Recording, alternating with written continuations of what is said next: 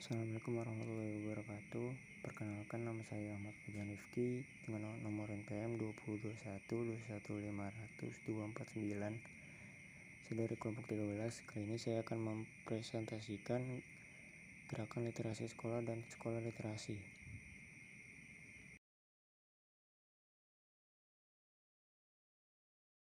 Kali ini saya akan membahas yang pertama gerakan literasi sekolah, yang kedua prinsip-prinsip gerakan literasi sekolah, yang ketiga tahapan pelaksanaan gerakan literasi sekolah, dan yang keempat ada kesimpulan. Materi pertama yang saya bawakan ada gerakan literasi sekolah. Ini materi yang pertama ada gerakan literasi sekolah. Pada abad ke-21 dikenal sebagai abad informasi.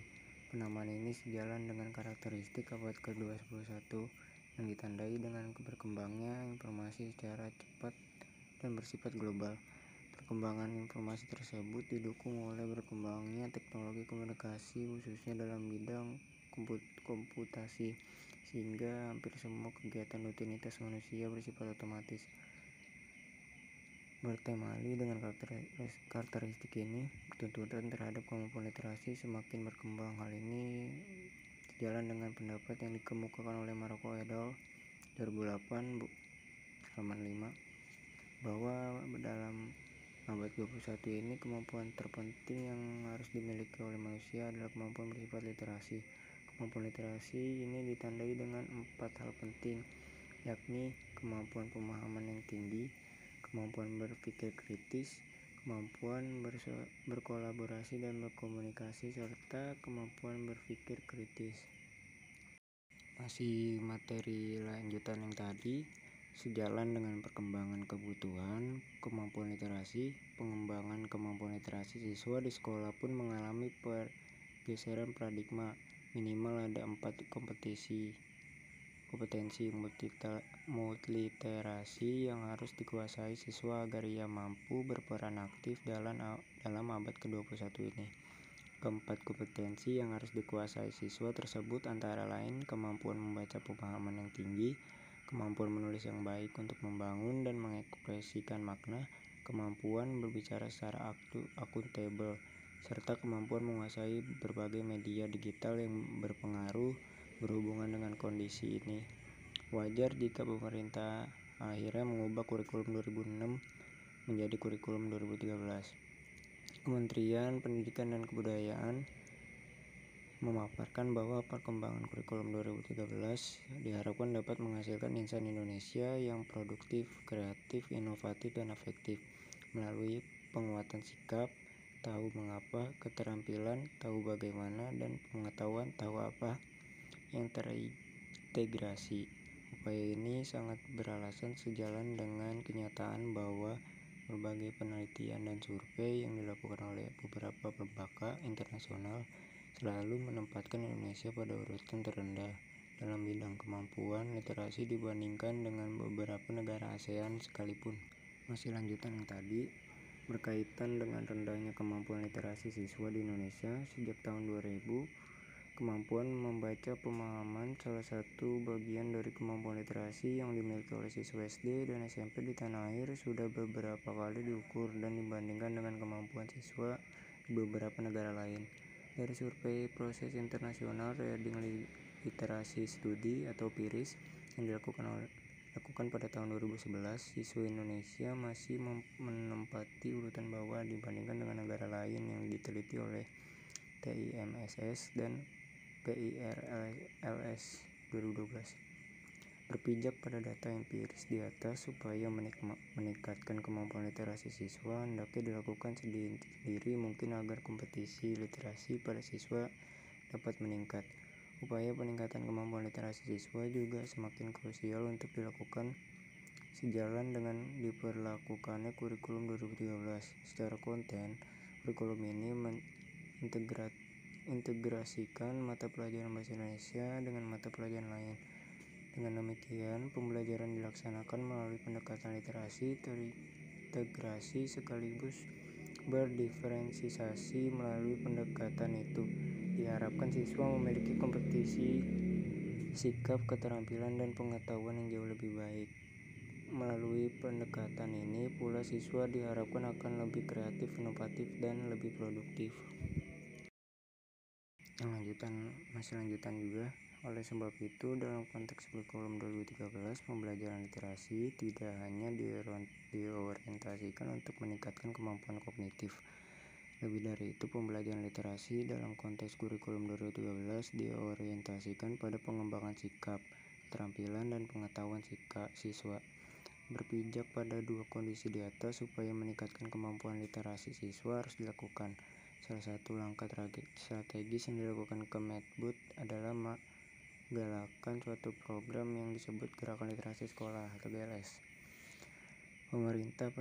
Kementerian Pendidikan dan Kebudayaan menjelaskan bahwa GLS merupakan satu usaha untuk kegiatan yang bersifat partisipatif dengan melibatkan warga sekolah, peserta didik, guru, kepala sekolah, tenaga kependidikan, pengawas sekolah, komite sekolah, orang tua, wali murid, peserta didik, akademis, penerbit, media massa, masyarakat, tokoh masyarakat yang dipresentasikan, teladan dunia usaha, dan lain-lain, serta mengaku kepentingan di bawah koordinasi Direktorat Jenderal Pendidikan Dasar dan Menengah, Kementerian Pendidikan dan Kebudayaan.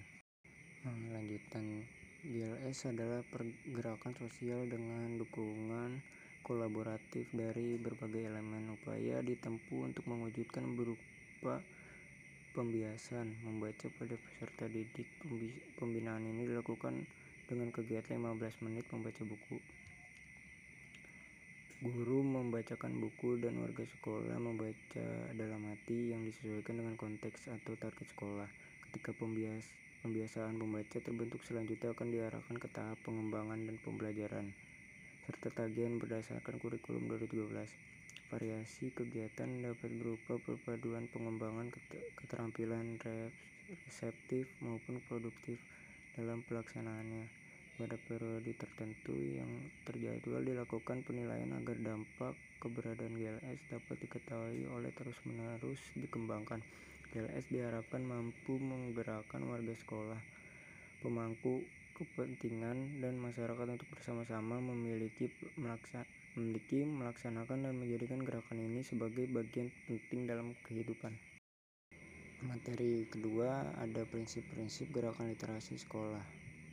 Prinsip-prinsip gerakan literasi sekolah. Gerakan literasi sekolah yang digagas Kementerian Pendidikan dan Kebudayaan didasarkan atas pandangan BERS bersama Kementerian Pendidikan dan Kebudayaan 2016 yang menjelaskan bahwa praktik-praktik yang baik dalam gerakan literasi sekolah menekankan prinsip-prinsip sebagai berikut. Yang pertama, perkembangan literasi berjalan sesuai tahap perkembangan yang dapat diprediksi. Tahap perkembangan anak dalam belajar membaca dan menulis saling beririsan antar tahap perkembangan. Memahami tahap perkembangan literasi, peserta didik dapat membantu sekolah untuk memilih strategi pembiasaan dan pembelajaran literasi yang tepat sesuai kebutuhan perkembangan mereka. Yang kedua, program literasi yang baik bersifat berimbang. Sekolah yang menerapkan program literasi berimbang menyadari bahwa setiap siswa tidak memiliki kebutuhan yang berbeda. Oleh sebab itu, strategi membaca dan jenis teks yang dibaca perlu bervariasi serta disesuaikan dengan jenjang pendidikan. Program literasi yang bermakna dapat dilakukan dengan memanfaatkan bahan bacaan yang ragam teks seperti karya sastra untuk anak dan remaja. Lanjutan dari materi yang kedua. Yang ketiga, program literasi terintegrasi dengan kurikulum.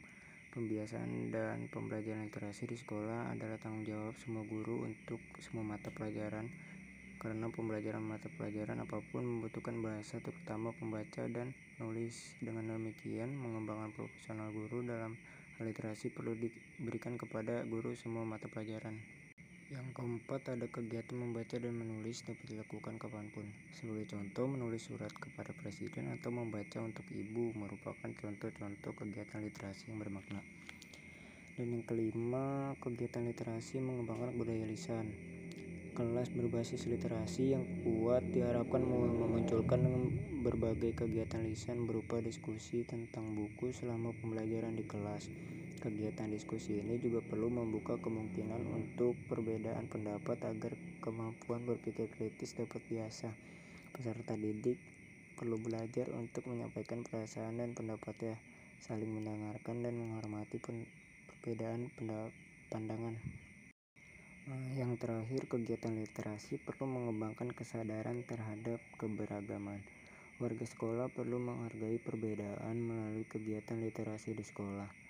Bahan bacaan untuk peserta didik perlu merefleksikan kekayaan kebudayaan Indonesia agar mereka dapat terpajan pada pengalaman multikultural. Materi yang ketiga, tahapan pelaksanaan gerakan literasi sekolah. Tahapan pelaksanaan gerakan literasi sekolah. Pelaksanaan program GLS dilakukan secara bertahap dengan mempertimbangkan kesiapan sekolah di seluruh Indonesia. Kesiapan ini mencakup kesiapan kapasitas sekolah, kesediaan fasilitas, bahan bacaan, sarana, prasarana literasi, kesiapan warga sekolah, dan kesiapan sistem pendukung lainnya, partisipasi publik, dukungan kelembagaan, dan perangkat kebijakan yang relevan. Sejalan dengan hal tersebut, Kementerian Pendidikan dan Kebudayaan 2016 menjelaskan bahwa secara umum tahapan pelaksanaan GLS dilakukan dalam 3 tahapan sebagai berikut. Tahapan yang pertama, pembiasaan kegiatan membaca yang menyenangkan di ekosistem sekolah. Pembiasaan ini bertujuan menumbuhkan minat terhadap bacaan dan kegiatan membaca dalam diri warga sekolah. Penumbuhan minat baca merupakan hal fundamental bagi pengembangan kemampuan literasi peserta didik. Yang kedua, pengembangan minat baca untuk meningkatkan kemampuan literasi. Kegiatan literasi pada tahap ini bertujuan mengembangkan kemampuan memahami bacaan dan mengaitkannya dengan pengalaman pribadi, berpikir kritis, dan mengolah kemampuan komunikasi secara kreatif melalui kegiatan menanggapi bacaan pengayaan. Lanjutan dari poin kedua, saat ini poin ketiga atau tahap ketiga, pelaksanaan pembelajaran berbasis literasi. Kegiatan literasi pada tahap ini bertujuan mengembangkan kemampuan memahami teks dan mengaitkannya dengan pengalaman pribadi, berpikir kritis, dan mengolah kemampuan komunikasi secara kreatif. Kegiatan ini dapat dilakukan melalui kegiatan menanggapi teks buku bacaan, pengayaan, dan buku pembelajaran. Dalam tahap ini ada tagihan yang bersifatnya akademis atau terkait dengan mata pelajaran. Pada tahap ini, kegiatan membaca dilakukan untuk mendukung pelaksanaan kurikulum 2013 yang mensyaratkan peserta didik membaca buku non-teks pelajaran. Buku non-teks pelajaran ini dapat berupa buku tentang pengetahuan umum, kegemaran atau minat khusus, dan teks multimodal, serta dapat dikaitkan dengan mata pelajaran tertentu sebanyak 6 buku. Bagi siswa SD 12 buku, bagi siswa SMP ada 18 buku, bagi siswa SMA atau SMK. Buku laporan kegiatan membaca pada tahap pembelajaran ini biasanya disediakan oleh wali kelas. Di sini ada peta konsep bisa dibaca. Dan yang keempat ada kesimpulan. Dalam pandangan penulis konsep, GLS merupakan program yang sangat penting dalam rangka pengembangan kemampuan literasi siswa. Meskipun demikian, berdasarkan tahapan, konsep GLS di atas pembiasaan pembaca selama 15 menit tidak cukup untuk mengembangkan kemampuan literasi siswa. Konsep GLS sebaiknya diikuti dengan pengembangan model pendidikan multiliterasi pada berbagai mata pelajaran sekolah.